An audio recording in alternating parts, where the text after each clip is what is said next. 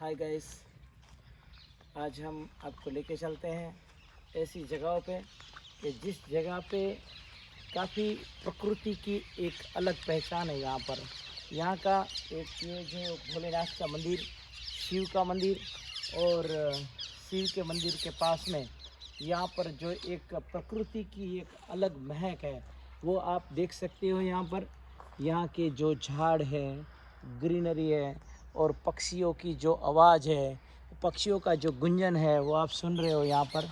और यहाँ पर आप देख सकते हो कि ये है ना बहुत ही साल पुराना एक ऐसी जगह है कि ये जो झाड़ है वो कम से कम ऐसा माना जा रहा है कि हज़ारों साल पहले के ये झाड़ है।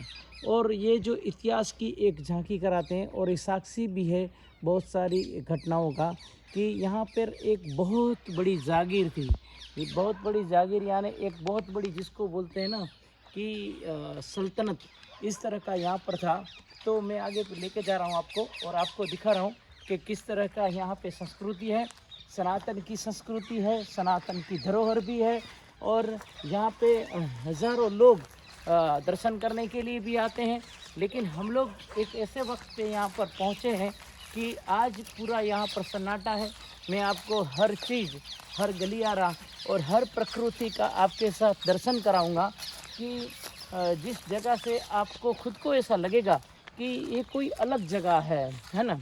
तो ये बहुत ही मशहूर पूरे भारत देश की संस्कृति की धरोहर, ये ज़मीन और संतों और महंतों की ऊर्जा का स्रोत यहाँ पर ज़बरदस्त है। आप यहाँ पर देख सकते हो, ये आपको दर्शन करा रहा हूँ और यहाँ पर मैं थोड़ी अपनी वाणी को विराम दूंगा। इसमें सिर्फ आप दर्शन कीजिएगा क्योंकि ये एक ऐसी पवित्र जगह है जहाँ पे मेरा बोलना उचित नहीं होगा, ठीक है ना। तो आप थोड़ा सा इसका दर्शन कीजिए, फिर मैं आगे आपको बताता हूँ।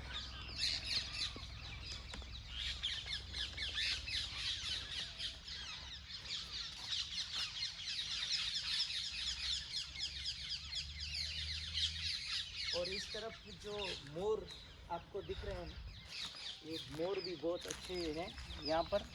और ये मोर जिस तरह से यहाँ पर भागते हैं लेकिन डरते हैं मोर, देखो किस तरह से है। आपको ये हमारे जेडी पर दिखाएंगे आपको कि मोर की किस तरह से उड़ान है, ठीक है।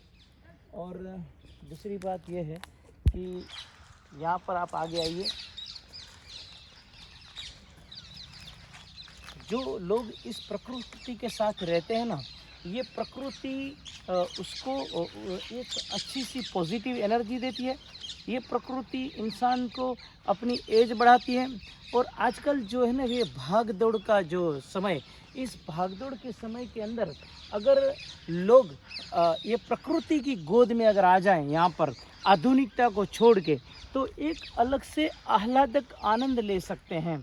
क्योंकि यहाँ की जो ऊर्जा है और यहाँ का जो हवा है वो इतना शुद्ध है कि इंसान को एक परम शांति का एक उत्तम आनंद मिलता है यहाँ पर। अगर कोई चिंतन करने वाला योगी है तो ये चिंतन करने वाले योगियों की तपोभूमि है। यहाँ पे सन्यासी लोग आके यहाँ पर बहुत तपस्या की है। और आपको बैलगाड़ी में दिखा रहा हूँ, यहाँ पर आज भी इसी भूमि के पास ये बैलगाड़ी इस तरह से जाती है। यहाँ पे ये जो किसान लोग हैं खेत खलिहानों पे अपने कार्य करते हैं और आज भी वो लोग एक देसी प्रणाली से अपना जीवन निर्वाह करते हैं। लेकिन इसी देसी प्रणाली के साथ ऑर्गेनिक ज़िंदगी जीते हुए वो लोग बहुत ही खुश है ना।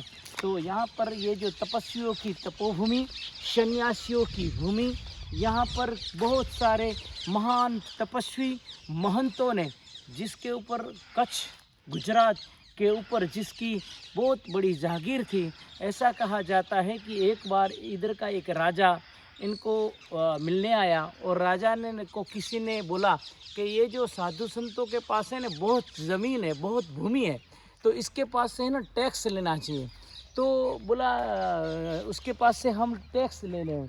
तो इसके लिए क्या है कि उन लोग ने, राजा ने आके इसको बोला महात्मा जी को कि महात्मा जी आपको टैक्स देना पड़ेगा यहाँ पे।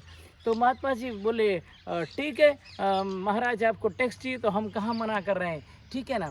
तो लेकिन ये है कि फिर हमारी भी आपके साथ में एक शर्त है। तो बोलता है क्या शर्त है? बोलता है ये बिना बैल वाली जो गाड़ी है ना, जितनी चलेगी ना उतनी भूमि हमको आपको देना पड़ेगा। राजा बोले ठीक है, ये बिना बैल वाली जो ये गाड़ी है, बैलगाड़ी है ना, तो वो कितना चल चल के चलेगी, है ना। तो फिर बोला ठीक है। तो बोलता है, राजा को बोलता है आप भी बैठो, मैं भी बैठता हूँ, ठीक है ना, और जितनी ये गाड़ी चले तो उतनी भूमि आप हमको दे देना।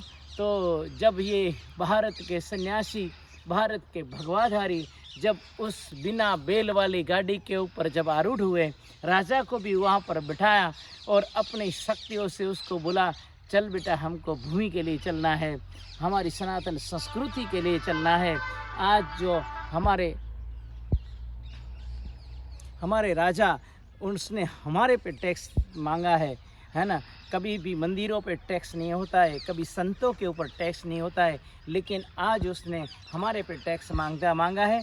तो हम भी उसको टैक्स देने के लिए कहाँ मना कर रहे हैं। लेकिन राजा ने भी हमको भूमि देने का वचन दिया है, तो हम भी उसके जो बदले में भूमि मांगेंगे।